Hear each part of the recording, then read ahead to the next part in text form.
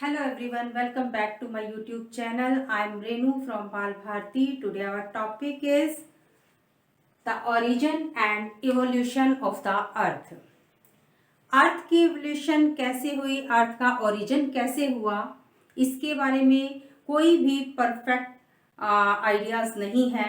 किसी को भी नहीं पता कि रियल में कैसे अर्थ का ओरिजिन हुआ, उसके लिए क्या कॉजेज थे, क्या रीजंस थे और कब ये फॉर्मेशन हुई है।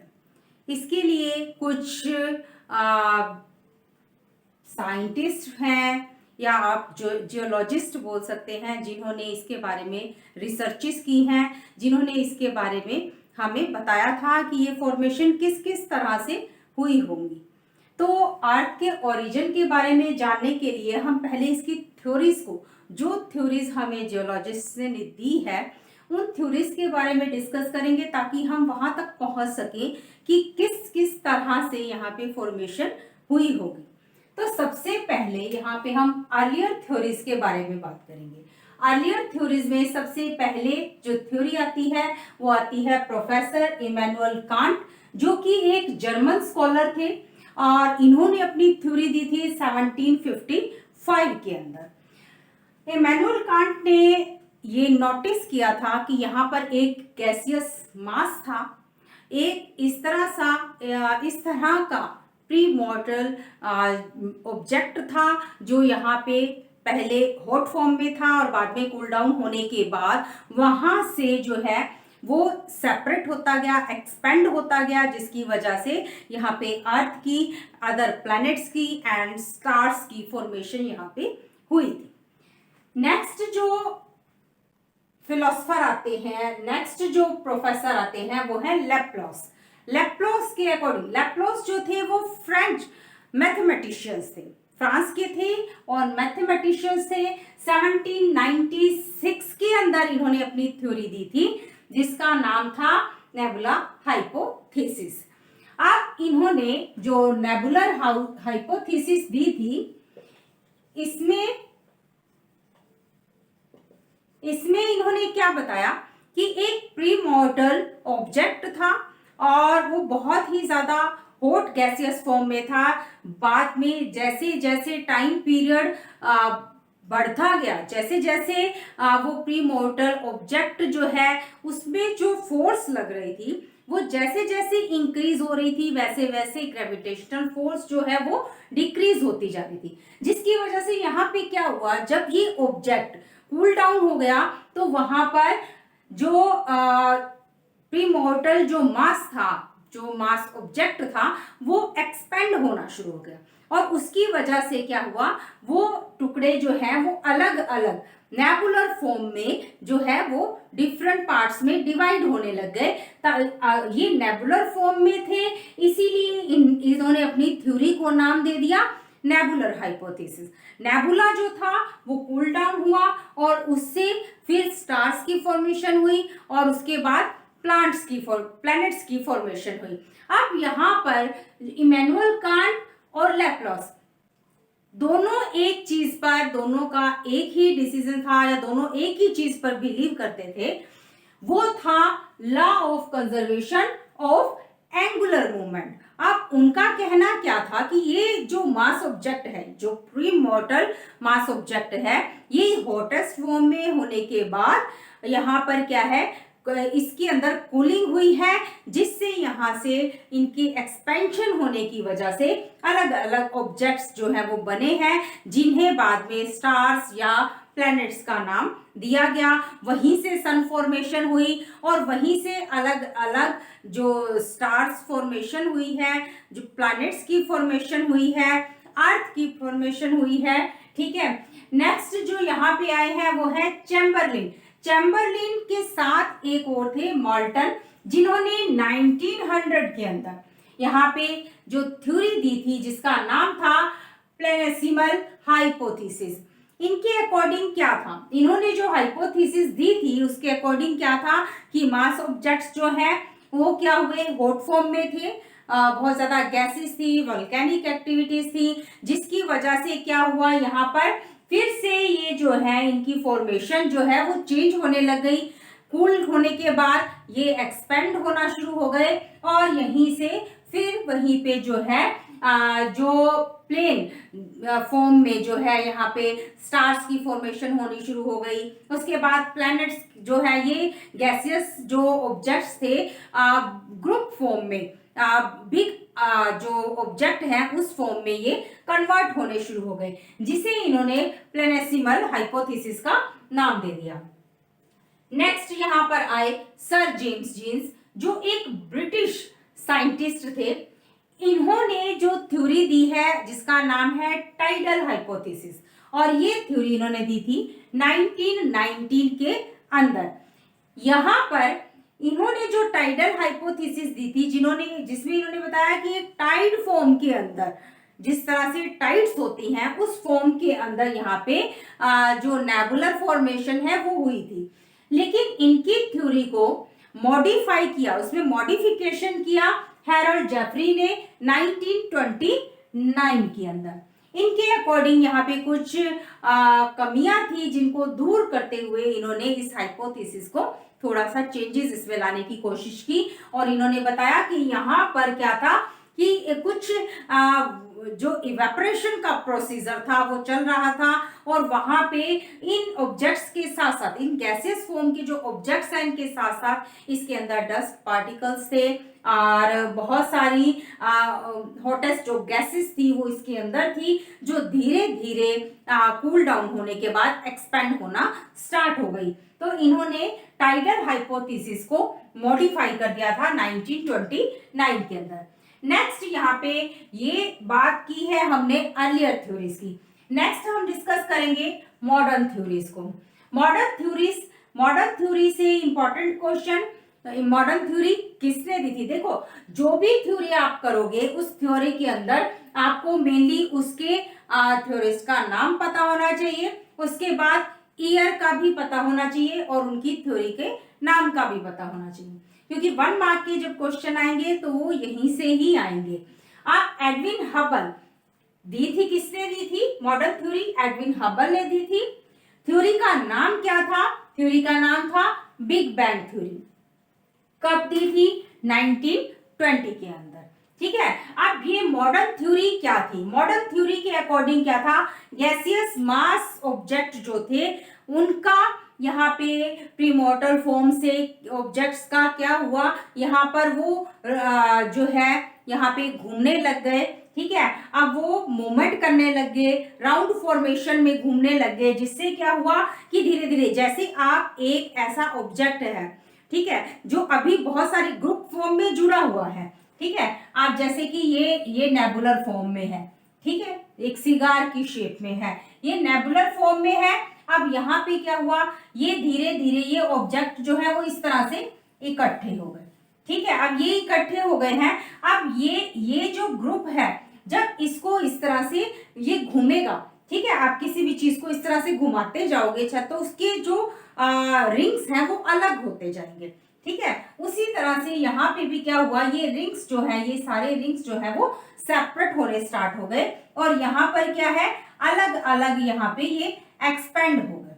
ठीक है, यहीं से क्या हुआ, जो प्लैनेट्स की फॉर्मेशन थी वो यहाँ पर होनी शुरू हो गई। अब ये जो है ये इस तरह से आपके ये थे नेबुलर फॉर्म के अंदर।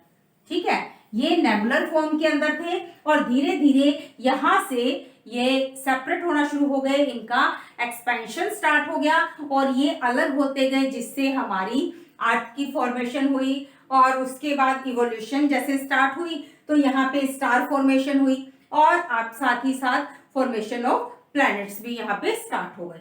तो ये थी आपकी बिग बैंग थ्योरी, जो मॉडर्न थ्योरीज कही जाती हैं एडविन हबल की। नेक्स्ट यहाँ पे टॉपिक है आपका द स्टार फॉर्मेशन। स्टार्स की फॉर्मेशन कैसे हुई? जैसे कि अभी तक हमने इन थ्योरीज के अंदर डिस्कस किया है, ये जो थ्योरीज थे इन्होंने क्या कहा है कि एक प्रीमॉर्टल जो ऑब्जेक्ट था, गैसियस फॉर्म में जो ऑब्जेक्ट था, वहां से क्या होना स्टार्ट हो गया। अब वो ऑब्जेक्ट्स जब राउंड अप होने लग गए, जब वो घूमने लग गए, तो वहां से क्या है, अब वो कैसी सिचुएशन में थे, बहुत ही ज्यादा हॉट कंडीशन में थे, धीरे धीरे जैसे वो कूल हुए तो वहां पर क्या होना शुरू हो गया, उनकी कूलिंग के साथ ही साथ वहां पे क्या हो गया, ये जो ऑब्जेक्ट्स थे वो अलग अलग एक गैसियस फॉर्म में कन्वर्ट होने लगे, एक सॉलिड फॉर्म में कन्वर्ट होने लगे। ठीक है, अब ये जो सॉलिड फॉर्मेशन हुई थी वो सारे जो है वो गैसियस फॉर्म से थे, इसीलिए उनके अंदर शाइन भी थी। ठीक है, और ये जो फॉर्मेशन थी इन्हें क्या कहा गया, स्टार्स कहा गया। ठीक है, यहीं से जो है यहाँ पे हमारी जो मिल्की वेज थी वो बनी थी यहाँ पे, जिन्हें आकाश गंगा हम कहते हैं, और वहीं से स्टार की फॉर्मेशन जो है हमें दिखाई दी थी। ठीक है, जिसे हम यहाँ पे नेबुलर भी बोलते हैं, निहारिका भी बोलते हैं। नेक्स्ट आपका आ जाता है द प्लेनेट फॉर्मेशन। अब स्टार्स फॉर्मेशन होने के बाद क्या हुआ, अब ये जो गैसेस फॉर्म में डिफरेंट डिफरेंट पार्ट्स में जो स्प्रेड हुए हैं, यहाँ पे क्या हुआ, ये कूल होने स्टार्ट हो गए। और यहाँ पे क्या हुआ, इन्होंने जैसे कि हमने यहाँ पे कांट की और लैप्लस की बात की थी, उन्होंने कहा था कि ये श्रिंक होने स्टार्ट हो गए थे। ठीक है, तभी इन्होंने यहाँ पे कंजर्वेशन ऑफ एंगुलर मूवमेंट की बात की। अब यही बात यहाँ पे अप्लाई हो रही थी। अब इनके अंदर क्या होना शुरू हो गया था, यहाँ पे श्रिंक होना शुरू हो गए थे, यानी कि वो एक ग्रुप फॉर्म में होना शुरू गए थे। अब ये जो छोटे छोटे से ऑब्जेक्ट्स थे ये एक साथ ग्रुप फॉर्म में यहाँ पे कलेक्ट होना स्टार्ट हो गए, और जब ये कूल हुए तो बहुत ही ज्यादा सॉलिड फॉर्म में थे, जिन्हें क्या नाम दिया गया, प्लैनेट्स। ठीक है, यहीं से प्लैनेट्स की फॉर्मेशन जो है होनी स्टार्ट हो गई। तो नेक्स्ट क्या हुआ यहाँ पे, हमारा सोलर सिस्टम। देखो सोलर सिस्टम की वीडियो मैं अलग से बनाऊंगी इसके बाद, क्योंकि सोलर सिस्टम को बहुत ही अच्छे तरीके से हम यहाँ पे करेंगे। सोलर सिस्टम के बारे में आप जितने अच्छे से करोगे, आपको कॉम्पिटिटिव के किसी भी एग्जाम में जो है आप वहाँ पे उसके अंदर कोई भी क्वेश्चन अगर आ जाएगा तो आप उसको आराम से कर सकोगे, क्योंकि यहाँ पर हम इसको एक टॉपिक के रूप में तो लेते हैं, लेकिन यहाँ पे आपके चैप्टर के अंदर जो है वो बहुत कम बताया गया है। लेकिन अगर सोलर सिस्टम को आप पूरी तरह से समझ लेंगे तो वो आपका आगे जब आप कॉम्पिटिटिव एग्जाम्स के लिए तैयारी करोगे तो वहां भी आपके लिए बहुत ही ज्यादा बेनिफिशियल होने वाला है। तो सोलर सिस्टम में अभी हम यहाँ पे समझ लेते हैं कि जिस तरह से स्टार फॉर्मेशन हुई, सन की फॉर्मेशन हुई, अब यहाँ पे जो गैसियस फॉर्म की जो ऑब्जेक्ट्स थे, गैसियस फॉर्म्स थी, वो सारे सन के अराउंड जो है वो घूमने लग गए। वहीं से आपके जो प्लैनेट्स हैं वो बनने स्टार्ट हो गए। यहाँ पे मरकरी है, वीनस है, नेपच्यून है, यूरेनस है, अर्थ है, मून है। ठीक है, प्लेटो है। ठीक है, प्लेटो पहले काउंट होता था, लेकिन बाद में उसे जो है जो शॉर्ट प्लैनेट है उनकी कैटेगरी में डाल दिया गया था। ठीक है, तो यहाँ सोलर सिस्टम का हम सिर्फ इतना ही करेंगे। ये इससे नेक्स्ट जो वीडियो बनेगी उसके अंदर मैं आपको सोलर सिस्टम के बारे में पूरा बताऊंगी। नेक्स्ट है यहाँ पर इवोल्यूशन ऑफ द अर्थ। अब अर्थ की इवोल्यूशन की बात आती है। अर्थ की इवोल्यूशन कैसे हुई इसके बारे में कुछ भी हम परफेक्ट नहीं कह सकते, लेकिन जितनी भी यहाँ पे हमने अभी तक जो थ्योरीज की हैं उनके अकॉर्डिंग यहाँ पर क्या है, इन फॉर्मेशंस के बाद stars, planets and solar system, इसके बाद यहाँ पे अर्थ का इवोल्यूशन स्टार्ट हुआ। अर्थ जो है वो रोटेट करने लग जाती है, यहाँ पे ग्रेविटेशनल फोर्स जो है वो वर्क करती है, और यहाँ पे क्या है कि आपकी जो अर्थ है उसकी फॉर्मेशन होनी स्टार्ट हो जाती है, उसका ओरिजिन होना स्टार्ट हो जाता है। अब यहाँ पे आपका जो अर्थ सरफेस है वो बनना स्टार्ट हो गया, यहाँ पे crust, mental and core parts जो है वो फॉर्मेट होने लग गए। ठीक है, यहाँ पे inner mental, outer mental part, core, inner core and outer core, ये आपका ओरिजिन ऑफ अर्थ के अंदर जो अर्थ का आपका इवोल्यूशन है उसके अंदर आएगा कि किस तरह से यहाँ पे जितनी भी वोल्केनिक एक्टिविटीज हुई है ना उनकी वजह से यहाँ पे बहुत सारी गैसेस जो हैं वो इकट्ठी होनी शुरू हो गई। हाइड्रोजन है, हीलियम है, मेनली जो है वो गैसेस फॉर्म में यहाँ पर आने लगे। उसके बाद बहुत सारी जो रॉक्स मटेरियल हैं वो इसके अंदर थे, अदर ऑब्जेक्ट्स थे जैसे कि आयरन है, जिप्सम है, सिलिका है, सिलिकॉन है, तो बहुत सारी मटेरियल्स जो है वो इसके अंदर मिक्स हो गए। ठीक है। अब धीरे धीरे जैसे जैसे कूलिंग स्टार्ट होती है वैसे वैसे क्या हुआ, यहाँ पे रॉक्स फॉर्मेशन होने लग गई। जैसे कि वल्केनिक एक्टिविटी हुई तो उसमें सबसे पहले इग्नियस फॉर्म के अंदर रॉक्स हमें मिली हैं, उसके बाद सेडिमेंट्री, मेटामॉर्फिक रॉक्स। तो यहाँ पर जो है धीरे धीरे जो गैसेस थी या जितने भी मिनरल्स थे वो यहाँ से बाहर निकलने स्टार्ट हो गए। ठीक है। अब ये पार्ट्स जो अर्थ के बन गए, यहाँ पर जो है हमें हर पार्ट से अलग अलग चीजें जो है वो मिलनी स्टार्ट हो गई, जिन्हें माइनिंग के द्वारा यहाँ से निकाला जाता है। ठीक है। तो ये यहाँ पे था आपका इवोल्यूशन ऑफ द अर्थ, किस तरह से अर्थ जो है वो इवोल्वेट हुई। नेक्स्ट है एटमॉस्फेयर एंड हाइड्रोस्फेयर। यहाँ पे इससे पहले लिथोस्फेयर भी देखो, लिथोस्फेयर के अंदर यही चीजें जो हमने यहाँ पे डिस्कस की हैं कि अर्थ की इवोल्यूशन होने के बाद अर्थ का जो है पार्ट जो है वो इस तरह से फॉर्मेट होने लग गया। ठीक है। ये आपका था कोर पार्ट, तो कोर पार्ट के अंदर ये 2 पार्ट हो गए।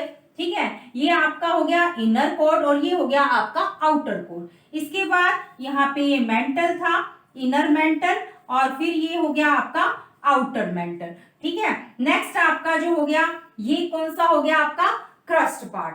ठीक है। तो इस तरह से यहाँ पे लिथोस्फेयर जो है उसकी फॉर्मेशन हुई थी। नेक्स्ट आ जाता है एटमॉस्फेयर एंड हाइड्रोस्फेयर। अब यहाँ पे देखो एटमॉस्फेयर जो है, एटमॉस्फेयर यानी कि हमारा एटमॉस्फेयर कैसे ओरिजिन हुआ इसका। अब जैसे अर्थ की फॉर्मेशन हुई, अब यहाँ से प्रोसीजर स्टार्ट हो गया इवेपोरेशन का। ठीक है। इवेपोरेशन हुआ, गैसेस जो है वो कूल डाउन हुई, जिससे क्या हुआ, जिसकी वजह से यहाँ पर क्या है वो हल्की हो गई, लाइट वेट हो गई और वो अपर एरिया में मूव करनी स्टार्ट हो गई। जैसे कि यहाँ पर, अब यहाँ पर जो है बहुत ज्यादा हॉटनेस है, जिसकी वजह से क्या होगा, ये जो भी ग्राउंड वाटर है या जो भी मॉइस्चर है वो क्या क्या होना स्टार्ट हो जाएगा, यहाँ से गैसियस फॉर्म में कन्वर्ट हो जाएगा, लाइट वेट हो जाएगा तो गैसियस फॉर्म में कन्वर्ट हो गया। अब लाइट होके ये क्या होगा, ऊपर की तरफ जाएगा और यहाँ पे क्या होगा, कंडेंसेशन का प्रोसीजर होगा, क्लाउड फॉर्मेशन होगी, देन रेनफॉल। ठीक है। तो इस तरह से यहाँ पे होना स्टार्ट हो गया। अब क्या हुआ, अब ये जो प्रोसीजर चल रहा था, बहुत सारे डस्ट पार्टिकल थे जो इन गैसियस फॉर्म के अंदर मिक्स होना स्टार्ट हो गए। अब उन डस्ट पार्टिकल की वजह से जो हमारे सराउंडिंग्स हैं वहां पर एक तरह का एक इस तरह का राउंड बन गया, जिसे कि हम एक ब्लैंकेट की तरह बोलते हैं। ठीक है। उसे ही हमने एटमॉस्फेयर का नाम दे दिया कि हमारे आसपास का जितना भी एनवायरनमेंट है वो सारा हम एटमॉस्फेयर के अंदर काउंट करने लग गए। अब यहाँ पे जैसे जैसे हाइड्रोस्फेयर की बात करें तो जैसे जैसे एटमॉस्फेयर के अंदर इवेपोरेशन का प्रोसीजर स्टार्ट हुआ तो वहां पे रेनफॉल होनी शुरू हो गई, रेन स्टार्ट हो गई, जिससे यहाँ पे जो है जो पानी की जो अमाउंट है वो बढ़ने लग गया। अब यहाँ पे क्या है, जो ग्राउंड के अंदर था या जितना भी आप कह सकते हो ओशियन का जो पार्ट है 71% यहाँ पे ओशियन का पार्ट है। ठीक है। और ये जो ओशियन का पार्ट है वो क्या है, यहाँ पर आपका जितने भी ओशियन है या सी है, रिवर्स हैं, इन सब की फॉर्मेशन यहाँ पे स्टार्ट होने लगी। जितने भी ग्लेशियर्स थे वहां से मेल्ट होने के बाद वहां पे क्या हुआ कि वो पानी भी ओशियंस के अंदर जाने लगा, जिससे धीरे धीरे क्या हो गया, ये 300 या 400 करोड़ वर्ष ये पहले की जो बातें हैं वो मैं आपको बता रही हूँ। यहाँ पर धीरे धीरे जो है इस तरह की सिचुएशन आ गई कि पानी का अमाउंट बढ़ता गया। अब ओशियंस के अंदर ओशियंस का अमाउंट बढ़ने की वजह से, वहां पे रिवर्स का अमाउंट बढ़ने की वजह से क्या हुआ, जितना भी ऑक्सीजन का पार्ट था, ऑक्सीजन का लेवल जो है वो बढ़ने लग गया। ठीक है। उसमें जो है अमाउंट जो है उसका ऑक्सीजन का ज्यादा होने लग गया। नेक्स्ट है ओरिजिन ऑफ लाइफ। अब यहाँ पे जब ये सारी चीजें फॉर्मेट हो गई तो उसके बाद जो लिविंग बींग्स हैं उनका ओरिजिन यहाँ पे स्टार्ट हुआ, जैसे कि जो लैंड एनिमल्स है, फ्लोरा है, फौना है, नेक्स्ट जो जितने भी एक्वाटिक एनिमल्स हैं, ठीक है, ह्यूमन बींग्स हैं यहाँ पे। इसके बाद जो है लाइफ का ओरिजिन यहाँ पे स्टार्ट हो गया था। ठीक है। तो यहाँ पे हमने origin and evolution of the earth के अंदर जितनी भी चीजें डिस्कस की हैं उनमें आपने अर्ली थ्योरी के बारे में किया है। अर्ली थ्योरिस्ट कौन कौन से हैं ये आपको अलग से करने हैं। यहाँ पे इमैनुअल कांट है, वो क्या कौन थे, कौन से ईयर में उन्होंने थ्योरी दी है। फिर लैप्लास थे, वो कौन थे, फ्रेंच मैथमेटिशियंस थे और उनकी थ्योरी का नाम नेबुलर हाइपोथेसिस। उसके बाद जो इमैनुअल कांट और लैप्लास ने दोनों ने मिलकर वर्क किया था वो था law of conservation of angular moments. ठीक है, तो ये जो चीजें हैं, उसके बाद चैम्बरलिन है, मार्टिन है, सर जेम्स जीन के बारे में हमने उनकी थ्योरी के बारे में किया। देन हमने मॉडर्न थ्योरी के बारे में बात की थी जो बिग बैंग थ्योरी है, very important part of this chapter. And बाद में हमने डिस्कस किया है star formation, planet formation, solar system. Solar system पे हमने कम डिस्कस किया है, वो हम नेक्स्ट वीडियो में डिस्कस करेंगे। इसके बाद evolution of the earth, atmosphere and hydrosphere, origin of life.